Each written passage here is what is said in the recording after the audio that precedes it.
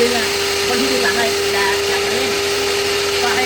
เป็นตามจังหวะของคนไต่แล้วก็ดึงไปปุ๊บคนไต่ไม่ก็นั่นไป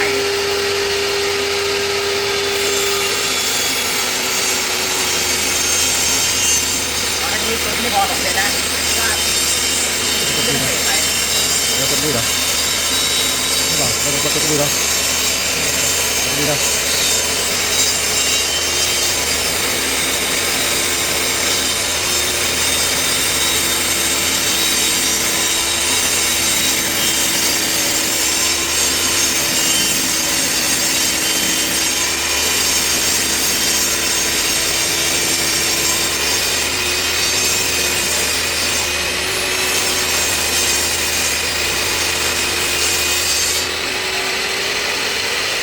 อันนี้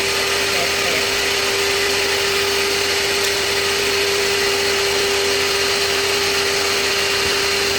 แล้ววางไว้ใกล้ๆเลยนะ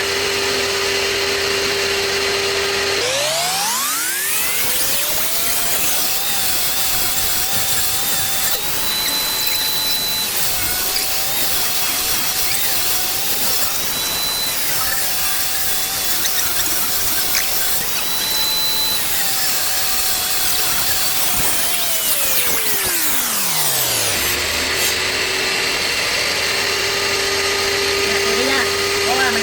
ใกล้มันเล็กแล้วมันค่อยๆใจเย็น